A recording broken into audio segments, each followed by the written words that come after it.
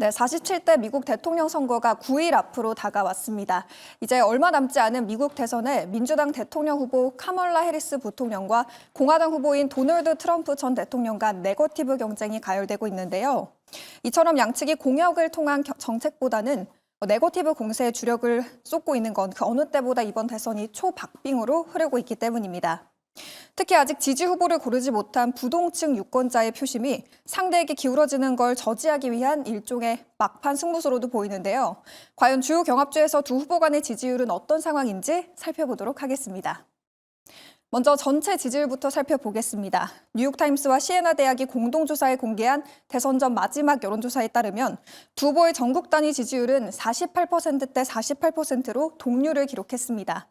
CNN의 선거일 전 투표 의향층 대상 마지막 전국 여론조사에서도 두 후보의 지지율은 각각 47%로 동률이었는데요. 뉴욕타임스는 이런 흐름이 해리스에겐 고무적이지 않다라고 평가했습니다. 전국 여론조사에서 우세해야 경합주에서 좋은 결과를 기대할 수 있는 상황이기 때문인데요. 그렇다면 승패를 가를 경합주 상황은 어떨까요? 이 대선의 판도를 바꿀 수 있는 주요 경합주 7곳, 현재 어떤 상황인지 살펴보도록 하겠습니다. 7대 경합주에선 1%포인트 이내의 초박빙 싸움이 진행 중입니다. 해리스는 펜실베이니아, 네바다, 그리고 위스콘신, 미시간에서 소폭 앞서고 있고 트럼프는 조지아와 노스캐롤라이나, 그리고 애리조나주에서 앞서고 있습니다. 다만 두 후보의 지지율이 오차 범위 이내에 있는 만큼 이 경합주에서의 결과를 예측하기는 현재 매우 어려운 상황인데요. 선거인단이 가장 많은 펜실베이니아를 누가 가져갈지도 이 선거의 관건이 되고 있습니다. 대선 막바지까지 초접전을 벌이고 있는 이번 미국 대선 조금 더 자세하게 살펴보고 오시죠. 네, 증시대담 시간입니다. 오늘은 미국 대선 특집으로 좀 잡아봤습니다. 보시는 것처럼 초박빙인 상황이기 때문에 다음 주 거의 일주일밖에 됐지 않았지만 아직도 누가 될지는 모릅니다. 2016년에도 사실은 지지율이 워낙 클린턴 후보한테 유리했었지만 소위 말해서 뚜껑이 열고 보니 트럼프 전 대통령이 당선이 됐었죠. 이번도 초박빙이다 보니까, 그리고 여론조사상 내지는 배팅 사이트에서는 트럼프 대통령 후보가 당선될 것으로 보고 있지만 여전히 안개 속에 갇혀 있습니다. 전문가 모셔서 미국의 선거 제도와 함께 더불어서 우리나라의 어떤 업종 그리고 수혜와 피해 업종까지 좀 자세히 살펴보는 대담 시간 마련해봤습니다. 먼저 연세대 통일연구원 전무연구위원입니다. 공원식 교수 자리했습니다. 안녕하세요. 안녕하십니까. 네.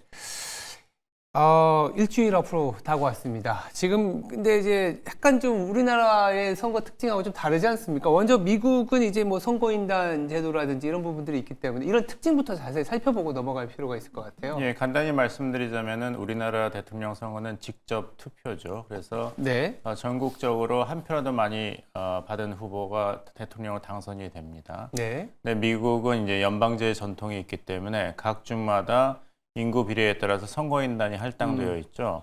그래서 그 주에서 한 표라도 더 많이 득표를 한 후보가 승자 독식 원칙에 따라서 그 주에 할당된 선거인단을 모두 가져가게 됩니다.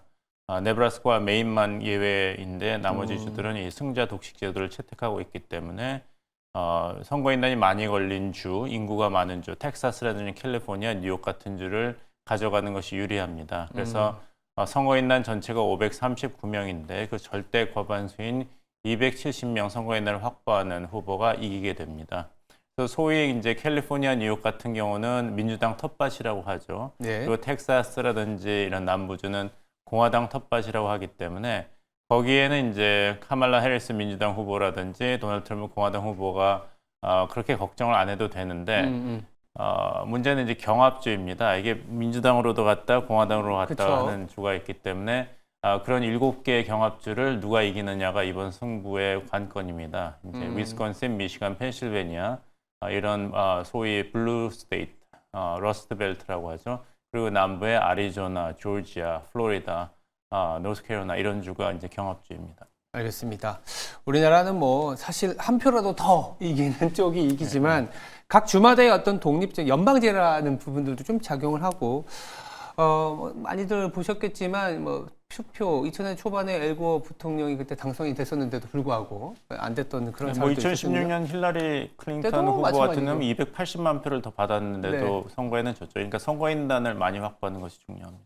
말씀 주신 것처럼 2016년 대선을 얘기하셨는데 최근에 또 시즌2라는 얘기도 하고 있습니다. 그때하고 지금을 대선을 비교했을 때 어떤 특징적인 차이가 있을까요? 그러니까 역사상 최초로 미국이 여성 대통령을 선출할 기회가 2016년에 있었죠. 힐러리 클린턴 그때 민주당 후보가 당연히 된다고 거의 모든 거의 여론조사에서는 네, 맞아요. 뉴욕타임즈 같은 경우는 그 선거 전날에 90% 이상 승률이 있다 그랬는데 졌지 않았습니까? 네. 근데 이번에 카말라 해리스 현직 부통령이 여성 대선 후보이기 때문에 당선이 된다면 미국 역사상 최초의 이런 그 여성 후보가 되겠죠. 그리고 2016년의 재판이라는 것은 그 당시 공화당 대선 후보로 등록은 됐습니다만 기존 정치 밖에서 혜성같이 등장했던 미국을 다시 위기화라는 슬로건을 내세우고 나온 그 트럼프 후보가 당선이 되었기 때문에 이번이 또 트럼프의 복귀인가를 주목하고 있고, 또 한 가지 이제 그 여론조사에 관련해서 말씀드리자면은 네. 2016년 대선의 여론조사 기관들이 거의 다 틀렸습니다. 맞아요. 힐러리 클린턴 후보가 당선이 된다고 알았는데 트럼프 후보가 당선이 됐잖아요. 그다음에 깊은 반성을 하고 이제 밝힌 것이 무엇이냐면은 우리가 유권자들 여론조사를 할 때 그 학력을 적절히 반영하지 않았다. 이제 고학력, 대졸 이상의 유권자와 대졸 미만의 그 유권자들의 성향을 적절히 반영하지 못해서 이렇게 예측에 틀렸다 했는데, 이것이 민주당 카말라 해리스 후보에게는 이제 걱정거리입니다. 왜냐하면은 이제 여론조사가 끝났어요. 이제 공개가 되지는 않는데 대선이 그렇죠. 일주일 남았으니까 마지막 여론조사를 보면은 트럼프 후보가 쭉 치고 올라갔거든요. 네. 특히 경합주에서. 네. 하지만 이제 대부분의 7개의 경합주에서는 아직 박빙이다. 여론조사 결과는 이제 오차범위 내기 때문에 어느 후보가 앞선다고 이야기할 수 없다로 끝났어요. 네. 근데 2016년 그리고 약간 그래도. 정도는 다른데 2020년 바이든 트럼프 대결에서도 바이든 후보가 앞선다 그러고 힐러리 클린턴 후보가 앞선네 그런 데서 사실 트럼프 후보가 저평가됐습니다. 어떤 주는 위스콘신 같은 경우에는 2016년 선거에는 7% 힐러리 클린턴 후보가 앞선다고 했는데 저평가됐었고 트럼프 후보가 이겼어요, 오히려. 그리고 2020년 선거에서 위스콘신에서는 5% 정도 트럼프 후보가 제대로 여론조사에 반영되지 않았기 때문에 2020년에 바이든 후보가 트럼프 후보를 이기긴 했습니다만 그 격차가 여론조사에 비해 나온 거에 비해서는 굉장히 좁았어요. 박빙 중에 박빙이었습니다. 이런 경우를 본다면은 이번에도 마지막 여론조사 결과에서는 그 오차범위 내거나 아니면은 1% 미만으로 해리스 후보가 이 경합주에서 앞선다고 나왔지만 안심을 할 수 없는 것이죠. 그렇죠. 그 어느 때보다도 여론조사의 결과를 뭐 신뢰하지 않는다라는 쪽. 근데 또 한편으로는 이 소위 말하는 배팅 사이트에서는 또 트럼프 후보의 당선 가능성을 좀 뭐 과도하게 반영을 하기도 합니다만, 어떻게 보세요? 지금 미국 대선 구도 전망 참 어렵습니다만 어떻게 바라봐야 될까요? 통계 여론조사만 본다면은 모른다, 예측 네. 불가능하다가 정답입니다. 네. 어느 후보가 된다고 자신 있게 이야기하는 전문가는 사실 2명 중에 1명이니까 50%의 베팅에서 이 후보가 된다고 얘기한다고 보시면 되겠습니다. 만약에 이제 소중한 그 투자를 하신다면 아직은 모른다. 투자 기준으로는 제일 정확한 대답이 아닌가 생각합니다. 그렇습니다. 이제 모른다라는 부분들, 그런 것들이 사실은 그런 거지 않을까요? 7개 아까 처음에 말씀 주신 것처럼 이제 경합주에서 모르겠습니다만 저도 보니까 이제 경합주에서 조금씩은 그래도 오히려 트럼프 후보 쪽이 좀 앞선다 이런 얘기들이 나오거든요. 그러니까 경합주에서 사실 6월 27일이었죠. 그 당시 민주당 대선 후보는 바이든 현직 대통령 아니었습니까? 첫 번째 대선 후보 토론회했을 때 바이든 후보가 그때 이제 인지 능력이라든지 노력 리스크를 그대로 드러냈고 나중에 맞아요. 후보 사퇴까지 갔죠. 맞아요. 그리고 이제 그 7월 13일에는 펜실베니아에서 유세하다가 이제 트럼프 후보 피격 사건이 있었지 않습니까? 그때만 하면은 이제 트럼프 대세론이 굳어졌어요. 이 경합주에서도. 그래서 그것을 한참 공화당이 앞서고 있다가 카말라 해리스 후보로 민주당이 후보 교체를 한다면 다시 치고 올라와서 그 민주당이 상승세를 경험을 했죠. 그래서 8월 5일 여론조사는 양 후보가 동률이었습니다. 그 이후로는 계속 카말라 해리스 민주당 후보가 전국적인 여론조사에서는 트럼프 후보를 2%에서 3% 정도 계속 앞서고 있는데 지난주 마지막 여론조사에서는 48대 48%로 동률을 기록하거나 그 2%에서 정체 현상을 보이고 있었거든요. 격차가. 네. 그래서 많은 예측 여론조사 기관에서는 트럼프 후보가 이 기세를 마지막 일주일 동안 이어나간다면은 결국엔 경합주에서 잘해서 270명 과반수를 넘을 것이다. 그래서 트럼프 승리론에 이제 힘을 얻는 그런 예측이 이제 생겼습니다.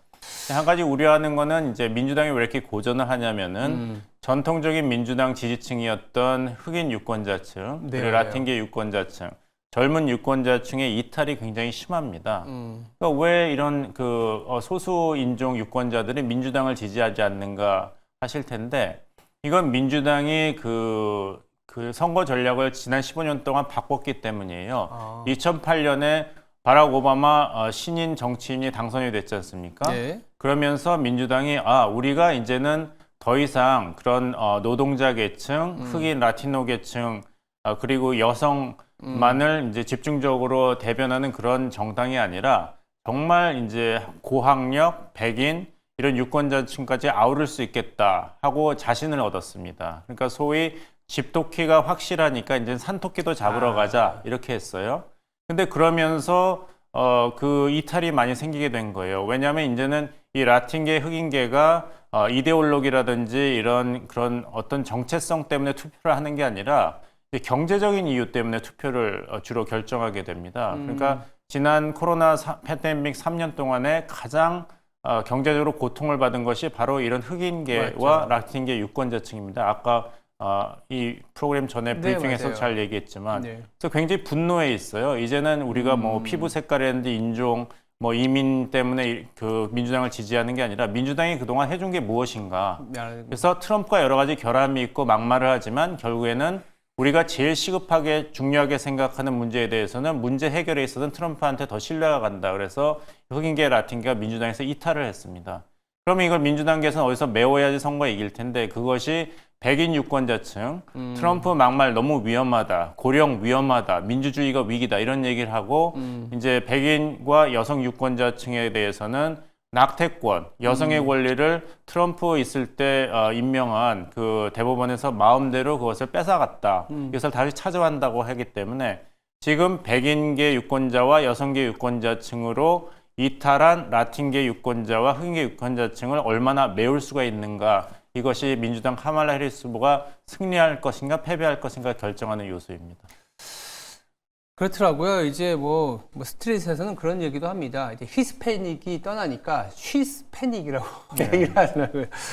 아무튼 이제 두 후보 간의 어떤 격차는 아직 우리가 또 여론조사를 알 수 없는 상황이기 때문에 그렇지만 우리가 이제 공약을 비교해 보면서 좀 대응을 좀 해볼 필요가 있을 것 같거든요. 두 후보 간에 좀 극명하게 좀 우리가 살펴봐야 되는 공약들이 어떤 게 있을까요? 일단은 이제 강력한 그 이민 정책을 구사하겠다는 것이 트럼프의 트럼프죠. 공약이었습니다. 맞아요. 그래서 모든 공권력을 동원해서 미국 내에 있는 불법 이민자들을 색출하고 추방하겠다.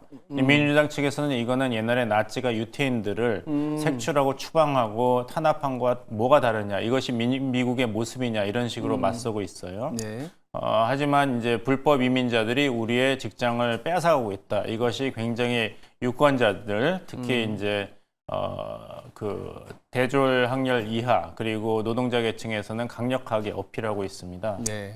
두 번째 그 양 후보가 이제 공통점을 보인다고 한다면은 관세 정책에 대해서는 이제 민주당도 관세 정책에 대해서는 트럼프와 그렇게까지 크게 차이가 나지 않은 미국 우선주의를 계속 미국 얘기하고 우선주의. 있습니다. 네. 그래서 어느 후보가 이번에 대선에 승리하든지 간에 미국이 이제 1945년 이후로 지향해왔던 이제 공정 그리고 개방 무역보다는 굉장히 그 보호 무역주의를 채택하지 않을까. 이거기에 대해서는 한국을 포함해서 미국과 무역을 하고 있는 국가들은 제대로 대비할 때가 됐다. 이렇게 보입니다.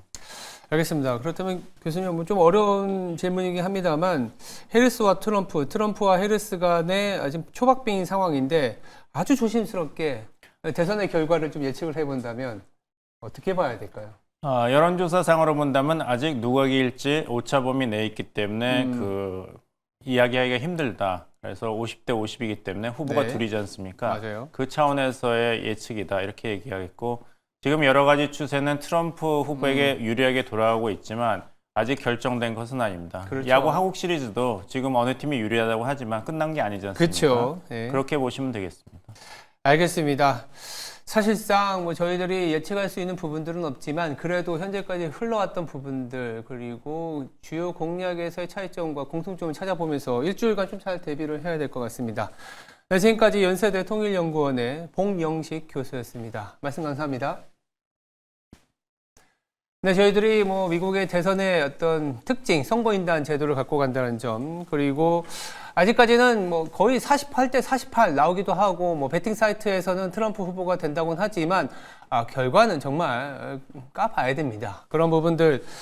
그리고 이제 공약을 잘 살펴봤지만, 뭐 극명하게 차이 나는 점은 이민 정책이라고 아까 증시 대담에서 말씀을 좀 드렸는데, 또 공통점은요, 관세에 대한 내용이 좀 다르긴 합니다만 미국 우선주의 내지는 보호무역주의는 또다시 뭐 트럼프 후보가 되든 해리스 후보가 되든 유지되거나 더 강화될 가능성이 높습니다. 그래서 이제 각 후보 간의 공약과 이에 따르는 수혜 섹터를 좀 정리를 해봐야 될 텐데요. 먼저 김기은 아나운서가 자세하게 그리고 간략하게 정리해 봤습니다. 네, 이어서 후보별 공약과 영향받을 섹터 살펴보겠습니다. 먼저 공약부터 살펴보시죠. 민주당 해리스 후보는 바이든 대통령의 핵심 정책인 반도체 지원법과 인플레이션 감축법 등 전반적으로 기존 경제 정책을 이어받을 것으로 보이고 있습니다. 중산층 확대에 초점을 맞춘 기회의 경제에 초점을 맞추고 증세 기조를 이어간다는 방침인데요. 기존과 동일한 스탠스로 인프라 투자 확대를 지지하고 최저임금 인상과 노조 친화적 정책을 제시하고 있습니다. 하지만 트럼프는 다릅니다. 전반적인 감세를 외치고 있고요. 특히나 법인세를 인하하려 하고 인플레이션 감축법에 대해선 대대적으로 손을 보겠다는 입장이죠. 해리스는 법인세를 21%에서 28%로 올리고자 하고 트럼프는 15%로 인하하려 하기 때문에 이는 산업계에 큰 영향을 줄 수 있는 포인트입니다. 트럼프는 그 외에도 산업규제 완화와 미국 우선주의 무역 정책을 공약으로 펼치고 있습니다. 두 후보는 모두 중국을 견제하는 것은 유사한데요. 다만 해리스 후보는 중국과 공존 관계를 유지하되 첨단 산업 등 특정 부문의 위험 요소만 제거하는 대중 디리스킹 정책을 펼치고 있습니다. 트럼프 후보는 중국을 글로벌 공급망에서 전면 분리하는 디커플링 정책을 주장하고 있고요. 중국의 대미 영향력을 배제하는 방안을 추진하고 국가 전략 산업의 대중 수출을 전면 통제할 것을 내세우고 있습니다. 중국산의 60%에 달하는 고율 관세를 부과하겠다는 구상도 수차례 밝혔는데요. 해당 계획대로 관세가 인상되면 한국의 대중 수출 연계 생산이 6% 이상 감소할 것으로 추정되기도 했습니다. 외교 부분으로는 해리스 후보가 우크라이나 지원을 유지하겠다는 입장인데요. 러시아에 대한 강력한 제재와 우크라이나에 대해 군사 또 경제 지원을 강화할 것으로 예상이 되고 있고요. 파리협정 복귀와 같은 글로벌 기후 협력에도 적극 나설 것으로 보입니다. 반면 트럼프는 전쟁 종료를 외치고 있습니다. 유럽의 나토 방위비 규모를 지적하면서 탈퇴를 거론했고 또 우크라이나 지원에도 회의적인데요. 두 후보의 공약이 상반되는 만큼 각 후보가 당선됐을 때의 증시 상황도 큰 차이를 보일 것 같습니다. 그럼 관련해서 후보별 수혜 섹터, 타격 섹터 빠르게 확인해 보시죠. 먼저 해리스 부통령이 당선된다면 자동차와 배터리 산업엔 성장 기회가 될 수 있을 것으로 보입니다. 인플레이션 감축법의 전기차 구매와 제조 보조금을 유지하고 자동차 관세도 중국의 국가에는 현 수준을 유지할 것으로 보이기 때문인데요. 이에 전기차와 배터리 제조업체들이 수혜를 볼 가능성이 크고요. 더불어서 ESS 관련주와 친환경 정책을 고수하는 만큼 신재생에너지 관련주도 수혜 업종으로 예상이 되고 있습니다. 의료용 대마 합법화에 따른 대마 관련주, 그리고 낙태권 보호 공약을 내세운 만큼 낙태 관련주도 주목해 보셔야겠습니다. 반면 해리스 후보가 당선될 시 석유화학 업종은 타격을 받을 수 있겠습니다. 탈산소와 그린 전환 유지 정책을 내세우기 때문인데요. 특히 탄소 배출을 줄이기 위한 규제가 강화되면 철강 산업과 화석연료 의존도가 높은 산업은 추가적인 비용 부담을 느낄 가능성이 크기 때문에 체크해 보시면 좋을 것 같습니다. 다음은 트럼프 관련 섹터입니다. 먼저 대표적인 트럼프 트레이드주인 방산과 원전이 있고요. 중국에 대한 전방위적 수출 통제로 반도체 산업도 혜택을 받을 것으로 보이고 있습니다. 삼성전자나 SK하이닉스 등 한국 기업이 수혜를 볼 수 있겠고 화석연료 산업을 부흥시키겠다는 입장을 보인 만큼 석유나 천연가스 등 화석연료 관련주도 수혜가 예상됩니다. 미국 내 제조업 활성화를 위해 관세를 부과하고 특히 중국산 제품에 대한 제재를 강화하면서 국내 제조업체들이 혜택을 받을 수 있겠고요.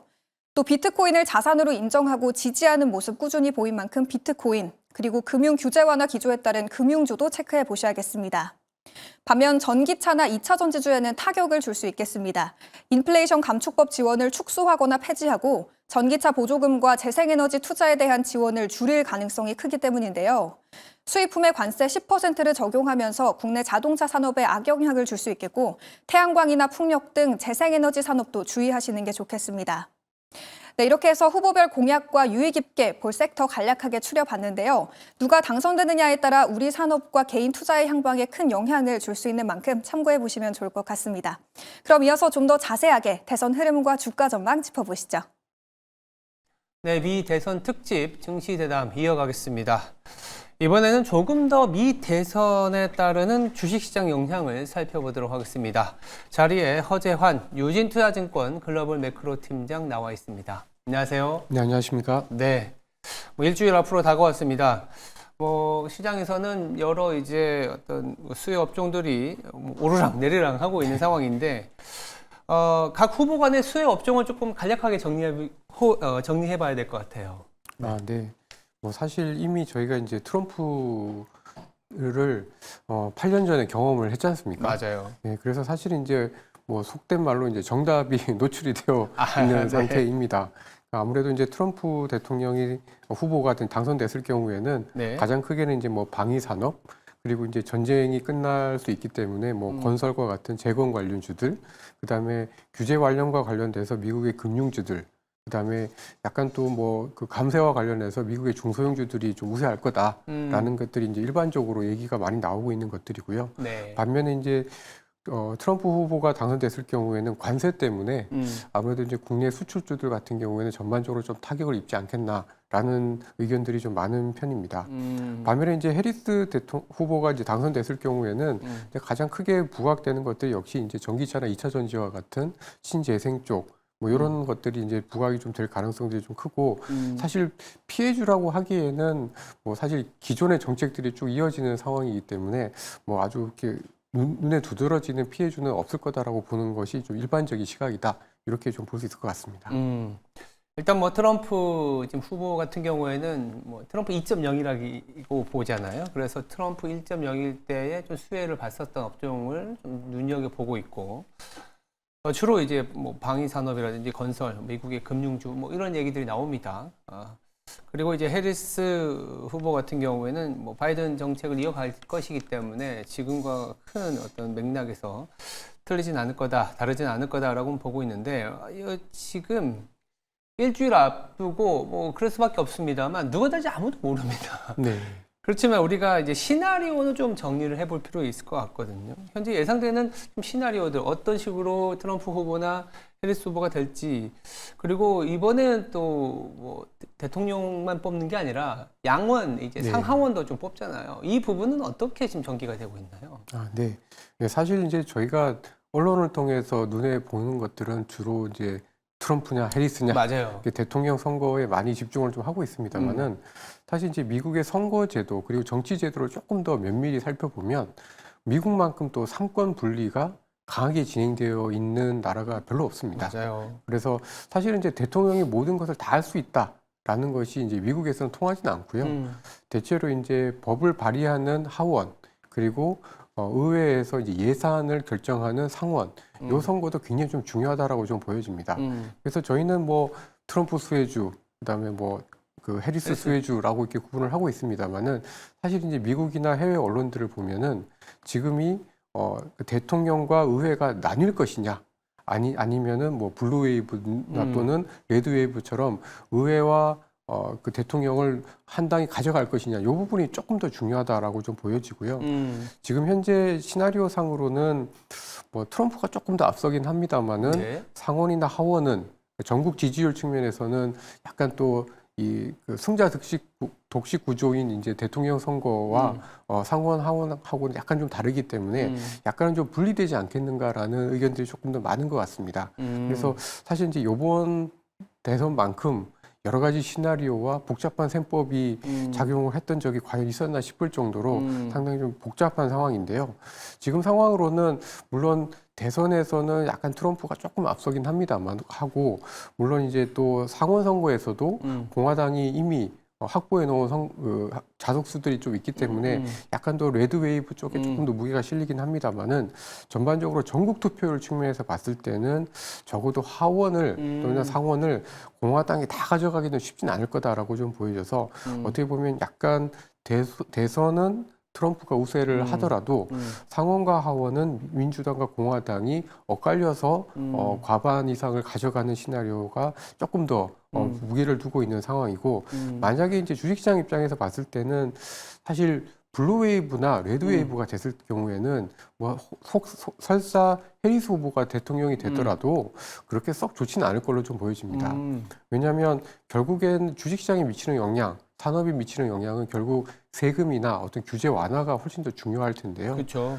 해리스 후보가 됐을 경우에는 뭐 저희 한국 입장에서 봤을 때는 관세에 대한 여러 가지 불확실성은 떨어지긴 하지만, 미국 기업들 입장에서는 결국은 이제 증세라는 그렇죠. 부분들을 가져야 되는 상황이기 때문에 주식시장에 썩 좋지 않을 가능성이 높고, 또 그렇다고 해서 트럼프 후보가 당선이 됐다고 해서 반드시 또 저희 한국한테 불리한 것만도 아니고 또 미국한테 유리한 것만도 아니기 때문에 조금 여러 가지 다양한 시나리오를 좀 생각해 봐야 되는데, 지금 현재로서는 어쨌든 대통령과 의회 간에 약간 좀 분리되는 상황의 가능성이 좀 더 높지 않을까라고 저는 좀 보고 있습니다. 일단 뭐 소위 말해서 뚜껑을 열어봐야겠지만, 대통령이 그 공화당 쪽에 나오더라도 하원 쪽은 이제 민주당이 또 장악할 수 있는, 사실은 뭐 레드 웨이브 가능성이 높다라는 얘기는 하고 있지만, 아까 말씀하신 것처럼 전국구 투표에서는 또 민주당이 또 얻어갈 수 있는 자석도 있기 때문에 좀 봐야 될 것 같습니다.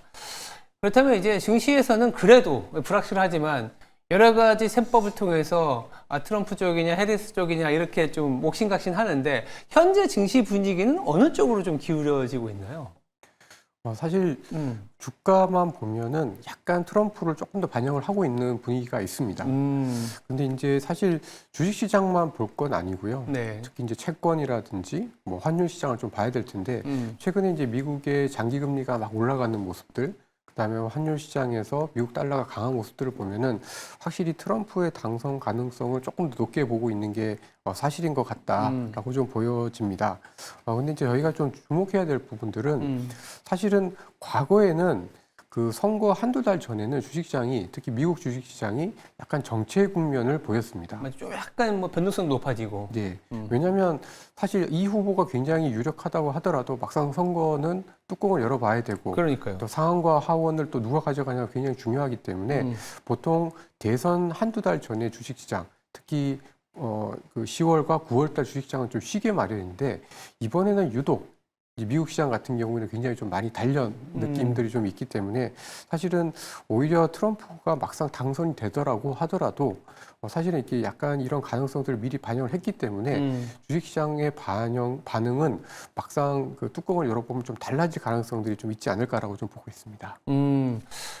뭐 통상적으로는 이제 과거의 미 대선 사이클을 보면 대선 이전 한 2, 3주는 좀 소위 말해서 눌리는 그런 경향이 있었는데, 이번에 좀 내달려서 그리고 많이 반영을 해서 사실 뚜껑을 열어보면 오히려 좀 다른 방향에서 나올 수 있다. 상당히 조금 어려운 상황일 수는 있겠습니다. 그러다 보니까 이제 리스크 요인들을 자꾸들 좀 찾아보는 부분들도 좀 있습니다. 누가 되든지 간에 리스크 요인은 분명히 이제 다른 방향성으로 나올 수 있지 않습니까?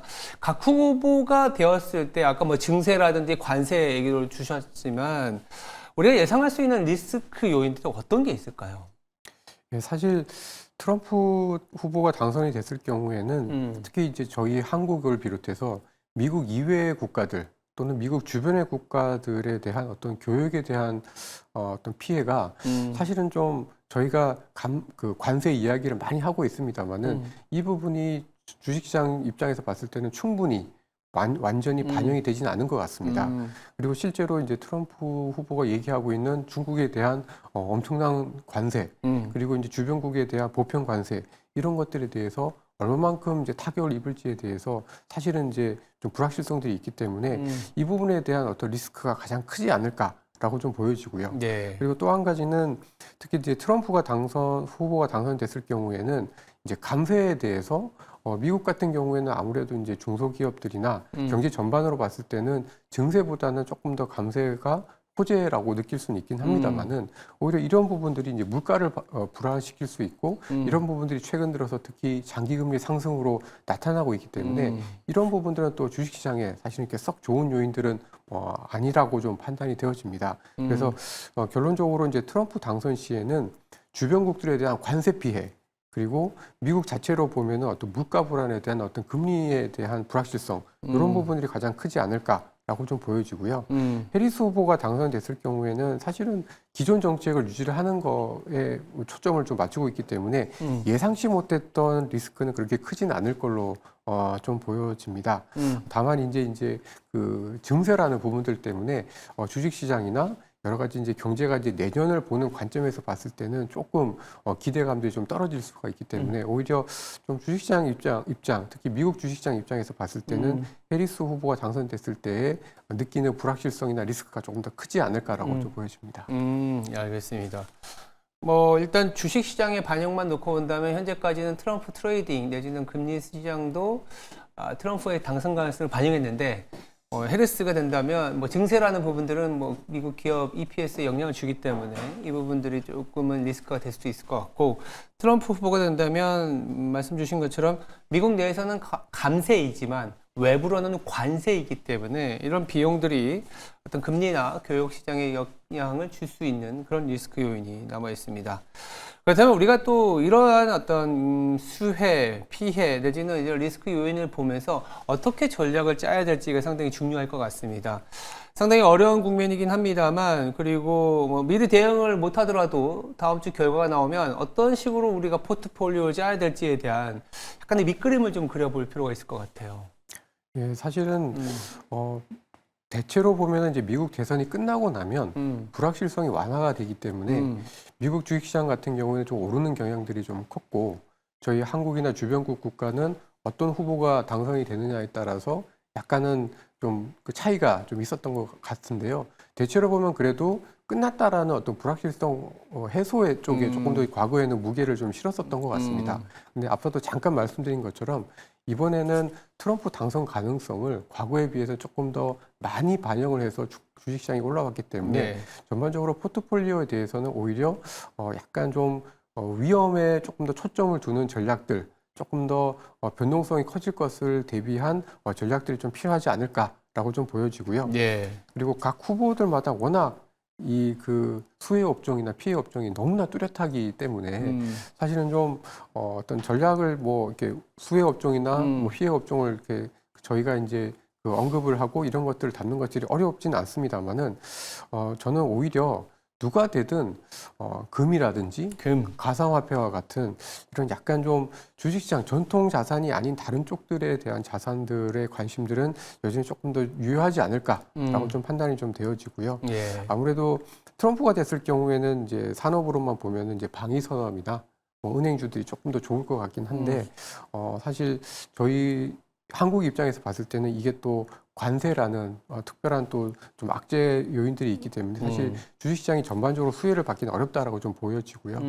그 뭐 해리스 후보가 됐을 경우에는 아무래도 이제 2차전이나 전기차, 그다음에 뭐 신재생 에너지와 같은 태양광 이런 쪽들이 좀 곽강을 좀 받을 거고 특히 이쪽은 최근 들어서 또 이 트럼프 후보의 지지율이 높아지면서 주가가 좀 안 좋아왔고 또 비교적 지난 2년, 3년 동안에 워낙 주가가 좀 굉장히 좀 많이 힘들었기 때문에 사실은 이번 대선을 통해서 뭔가 좀 크게 바뀔 수 있는 산업이고 혹시 트럼프가 된다고 하더라도 이런 2차 전지나 전기차 같은 경우에는 사실은 주가가 지난 2년 동안 너무 많이 빠져 있기 때문에 사실은 오히려 약간 역발상적으로 기회는 오히려 좀 될 수 있다라고 좀 판단이 되어집니다.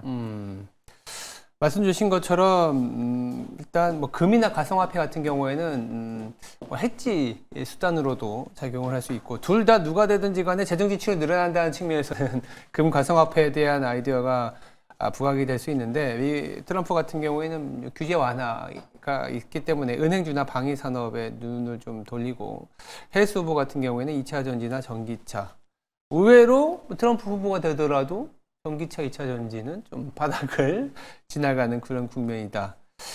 그럼 마지막으로 짧게 우리 증시 전체적으로는 최근에 너무 힘들잖아요. 네. 대선 영향으로 뭔가 방향을 바꾸기에는 좀 어려울 수는 있습니다만 미국 대선이 끝나고 나서 우리 시장 뭐 연말까지 그래도 조금 탄력을 받을 수 있을까요?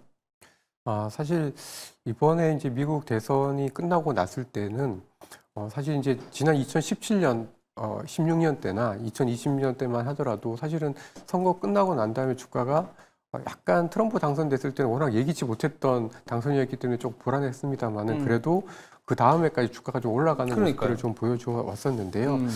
이번에는 그렇게 쉽지는 않을 걸로 좀 보여집니다.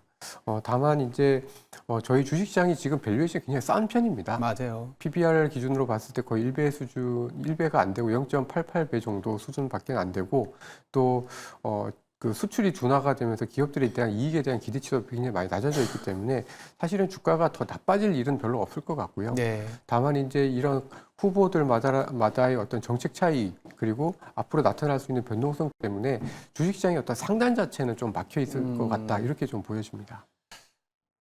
국내 시장 사실 좀 어렵긴 합니다만 뭐 받을 만큼 받은 악재라고 보면 바닥도 좀 지나가고 있고 다만 이제 상단이 조금 막히는 정도의 어떻게 보면 또 박스피의 연장일 수도 있는 상황이라고 볼 수 있겠습니다.